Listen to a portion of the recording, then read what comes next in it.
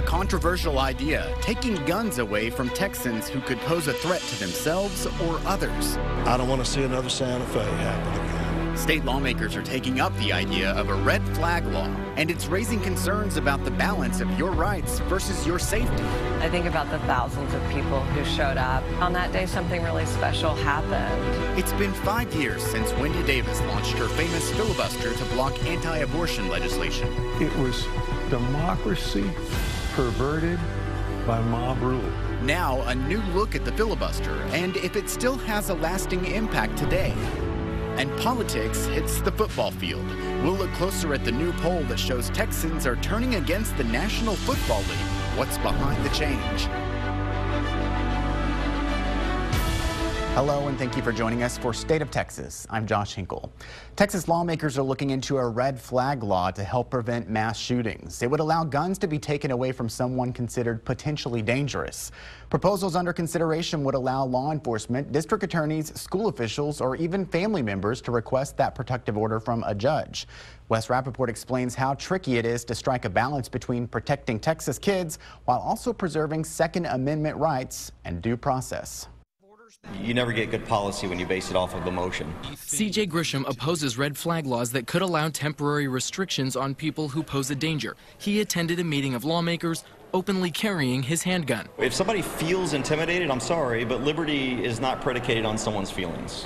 So suck it up, Buttercup. But Judge Guy Herman says allowing this temporary intervention could stop more deadly attacks like the one at Santa Fe High School. I don't want to see another Santa Fe happen again. There was information out that maybe had it been given to the right persons that we could have put a stop to that. While most who participated in Monday's meeting agreed something needs to be done to better protect Texans, some were less unified on the exact approach. This is really a suicide prevention effort. I know that the storage issue is a difficult one. It's difficult to enforce. It's difficult for some people to say, how are you going to tell me what to do? We need to do something that actually works.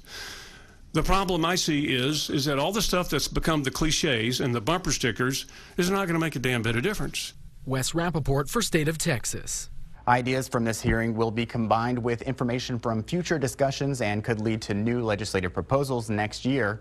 A Senate committee is slated to take up the discussion of red flag laws later this month.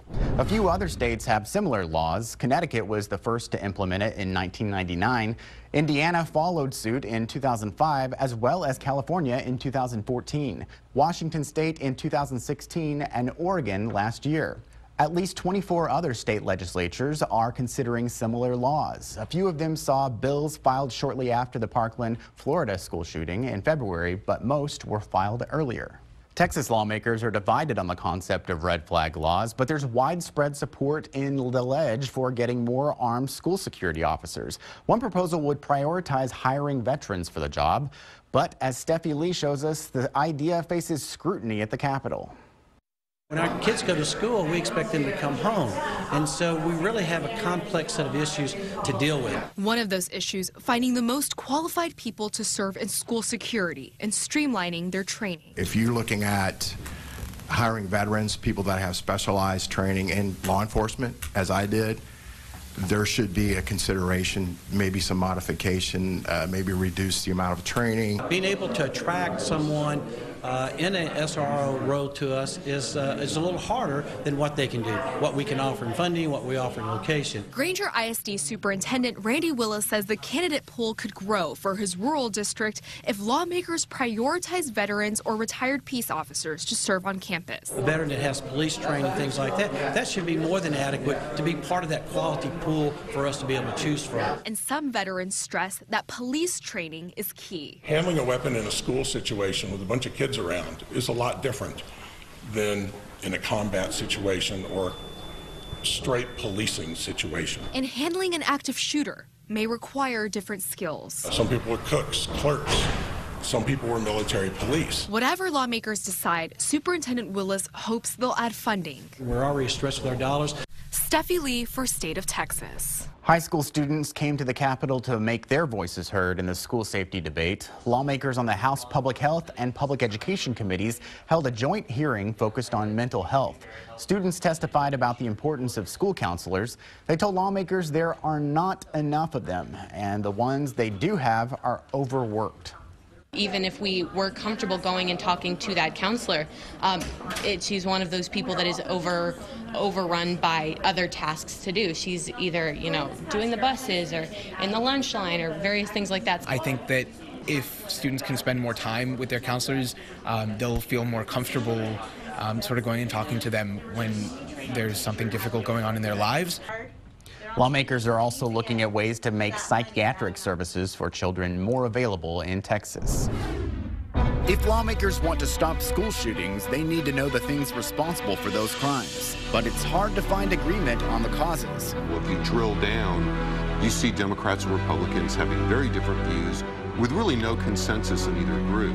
What new poll numbers show about Texans' priorities to protect schools and the challenges for lawmakers?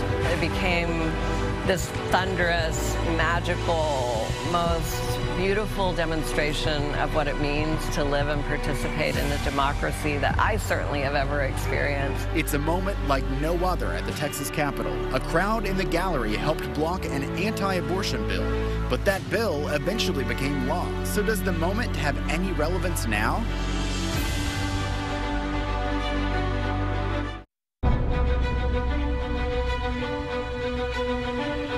If you want to stop school shootings, you need to know what's causing them, but that's a problem for Texas lawmakers. They can't agree, and neither can the people who vote for them. For perspective, we turn to Jim Henson from the Texas Politics Project at the University of Texas.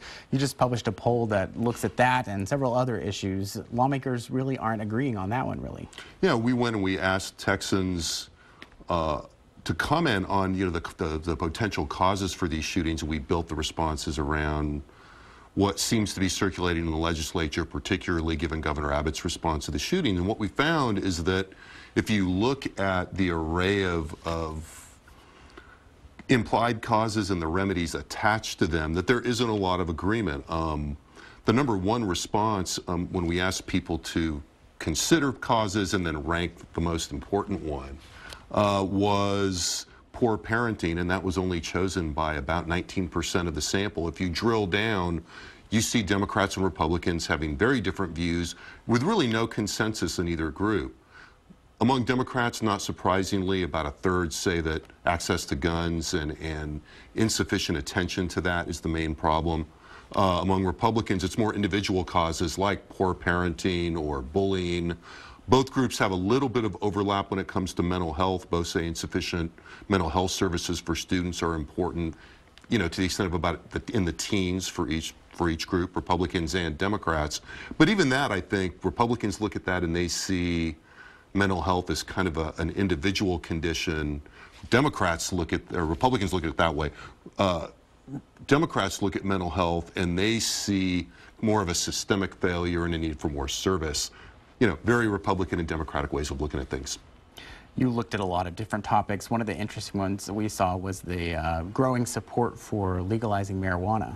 Yeah, we saw, continuation of a trend we've seen for the last few years in which there's overall movement towards, at the very least, acceptance of decriminalizing marijuana. So about almost 70% of Texans, including majorities of Republicans and Democrats, would favor making possession of small amounts of marijuana punishable by only something comparable to a traffic ticket.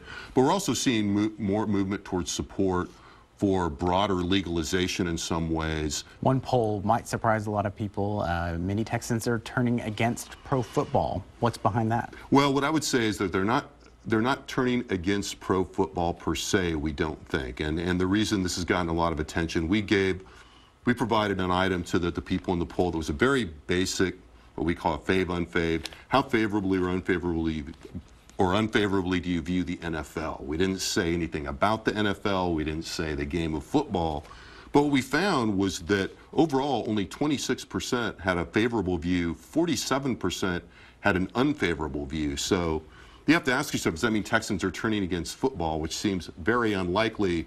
I think the biggest hint about what's going on here is you look at the racial breakdown, a real severe difference between how whites and African Americans view the NFL. Only 20% favorability rating among whites, 55% unfavorable. Among African Americans, 49% favorable, only 24% unfavorable.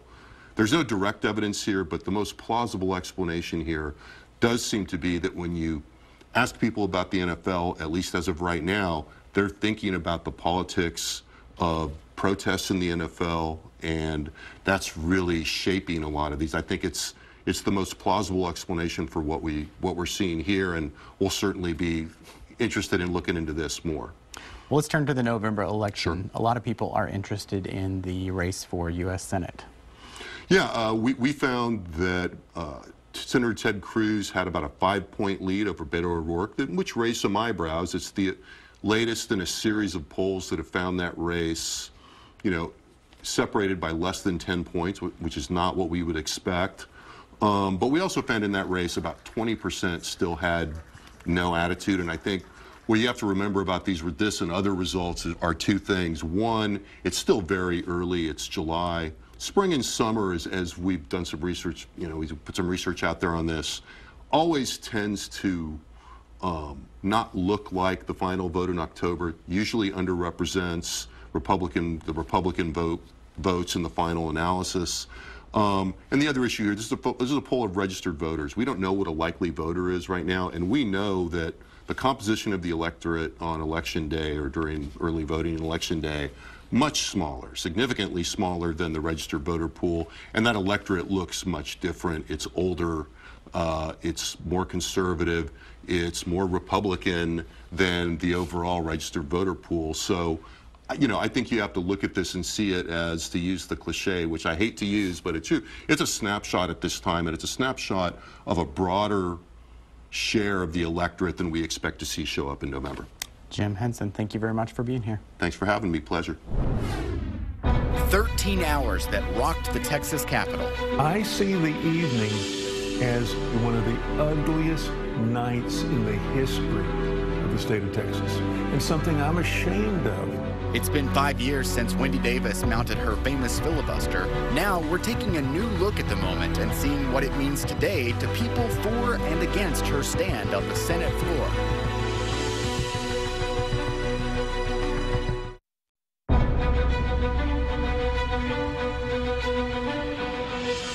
It was a moment that turned the nation's attention to the state capitol. Then State Senator Wendy Davis mounted a 13-hour filibuster that blocked an anti-abortion bill. That was 5 years ago. Now our partners at the Texas Tribune are taking a new look at the filibuster in an online documentary called 13 Hours to Midnight. It looks at how the event unfolded and if it still has a lasting impact today. Here's a clip. Hundreds of loud protesters packed the state capitol. One lawmaker staged a filibuster that lasted hours. That was quite a shocking day. Sitting up in that gallery with so much mayhem. The first thing that pops into my mind is an adrenaline that went through the whole day. I disagreed with probably most of what she said, but it was sort of the music of democracy. There were so many women there that were just ignited. It was democracy perverted by mob rule. The media and those on the left looked at her as this kind of great hero. The Texas State Senator that everyone is talking about, Wendy Davis. Whereas we were all horrified. I think about the thousands of people who showed up. On that day, something really special happened. Not only figuratively were their voices going to be present in that conversation, but quite literally, they were the magic that happened at the end of the day. Joining us now for some perspective is Alana Rocha from the Texas Tribune, the lead reporter on this documentary. Even after 5 years, people you spoke with still have very vivid memories. I mean, I was there, you were there. Yeah. It was a wild night. It was a wild night, and some of it was a blur, but some of it was crystal clear, and I think that's what we found in the 10 or so people we interviewed. Of course, some remembered it differently, depending on who we were talking to, but yeah, it's still very vivid. Now, one particularly powerful part of the documentary was hearing from different perspectives on what the lasting impact of this was. Let's play a little bit of that segment. Okay. Frankly, I suspect it won't be really remembered because at the end of the day, not only did she fail at stopping this piece of legislation, she failed at running for governor, and people like winners.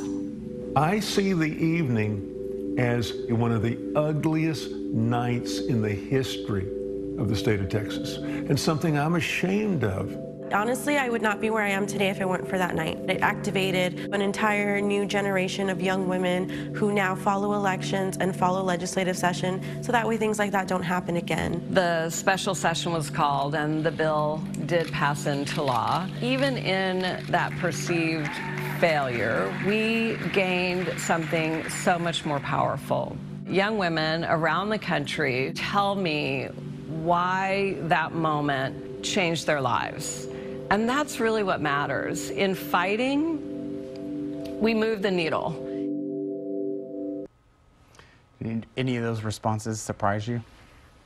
No. Again, the people we sat down with, it was about 5 Republicans, 5 Democrats, and it was really in the eye of the beholder as far as how they look back on that night. I mean, you heard Connie Burton, who ended up a Republican succeeding Davis in her seat. Davis didn't run for re-election. She, of course, lost the governor's race. And so some of that, I mean, it's interesting and it's, you know, genuine from the individual people. But, you know, you look at energized women, but again, our voting record isn't great in the state. And how many of those people who were there that night or in protest since are actually making it out to the polls? I think a lot of people expected, because it did, you know, have such a reaction among Democrats when we're talking about Wendy Davis, right. You know, catapulted her to have the gubernatorial nomination. Right. I think a lot of people thought that it would end in her favor, but really voter turnout wasn't as much as what some people predicted. And I wonder if the party has thought things through after, you know, basing so much on that event. Well, you know, and you talk to the Republicans that we sat down with, and they say, you know, that night, a lot of them, you know, speak to the theory that a lot of those people in the gallery that night were paid. But they said, look, you know, advance how many months later in the governor's race, and that's more reflective of where Texas is or where Texas voters are on the abortion issue, because she decidedly lost in that race. And so it wasn't really emblematic of where Texas is on the issue or where they are as far as voter turnout. And we saw, you know, former Lieutenant Governor David Dewhurst there. Many people felt like he lost control of the Senate and of the gallery and really should have stepped in to try to wrangle things a little faster. And one of his biggest critics was the man who is the Lieutenant Governor today, Dan Patrick. Yeah. Did this really help him get to where he is? I mean, he's really set the agenda to be a more conservative Texas today. Dan Patrick declined our request for an interview. I asked David Dewhurst if this was his downfall, because of course this was a rallying cry from Dan Patrick or a talking point on the campaign trail. Dewhurst didn't really go there. He didn't think it was. I asked him if he had any regrets from that night, and he said the one regret he had was not having enough DPS troopers in the gallery to be able to clear it. He said that there was miscommunication that night, and he was very clear, he thought, in saying they needed to clear the gallery, which we know was what got them to the Democrats past the midnight deadline. Now, the abortion debate is back in the headlines after Supreme Court Justice Anthony Kennedy has announced his retirement. Some people believe that this departure could mean trouble for abortion rights supporters. Yeah, and you hear, though, from Republicans who are saying, you know, we don't want a conservative or a liberal on the court, we want a constitutionalist, and they don't think that this issue, you know, making abortion illegal or not, is going to come before the court again anytime soon. But of course, we know that Trump is looking to nominate maybe somebody younger who will be on the court for decades, so it could have implications in the future. Maybe it'll energize more of these young people who were there in 2013 and still active today. Before we end, you know, this event really was maybe one of the most powerful events that many people in Texas politics had ever seen. Do you think it's going to be a while before we see something of this magnitude again? Oh, I don't know. I don't think we could have predicted that night, and I don't think we can, you know, right now we're in political times that are hard to predict and ever changing. I mean, just this week alone on the border issue and changes from Washington and things like that. So I think I don't rely on my 8-ball that much, or crystal ball, so I'm not sure. But I think that people with social media and easier to mobilize, you could definitely see something like this again in the near future. You have to go to the Texas Tribune, their website, to see this. It's so good. Give you a lot of perspective. Alana, thank you. Good work. Thank you very much. Thank you. Texas could face some unintended consequences from President Trump's tough talk on trade. We're putting tariffs on $50 billion worth of technology and other things because we have to, because we've been treated very unfairly. But those tariffs could be taking a toll on Texas jobs. Why the governor is now trying to get the president to change his mind.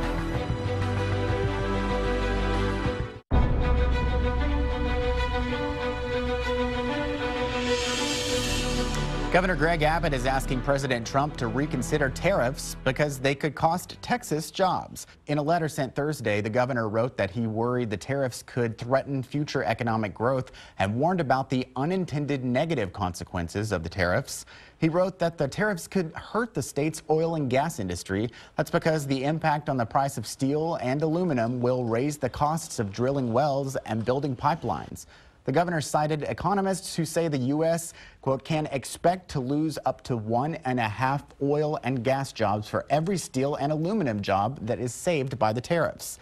He also raised concerns about the effect of retaliatory tariffs from China on agricultural goods from Texas. But the governor also praised what he called the president's commitment to curbing unfair trade practices and putting American businesses and workers first.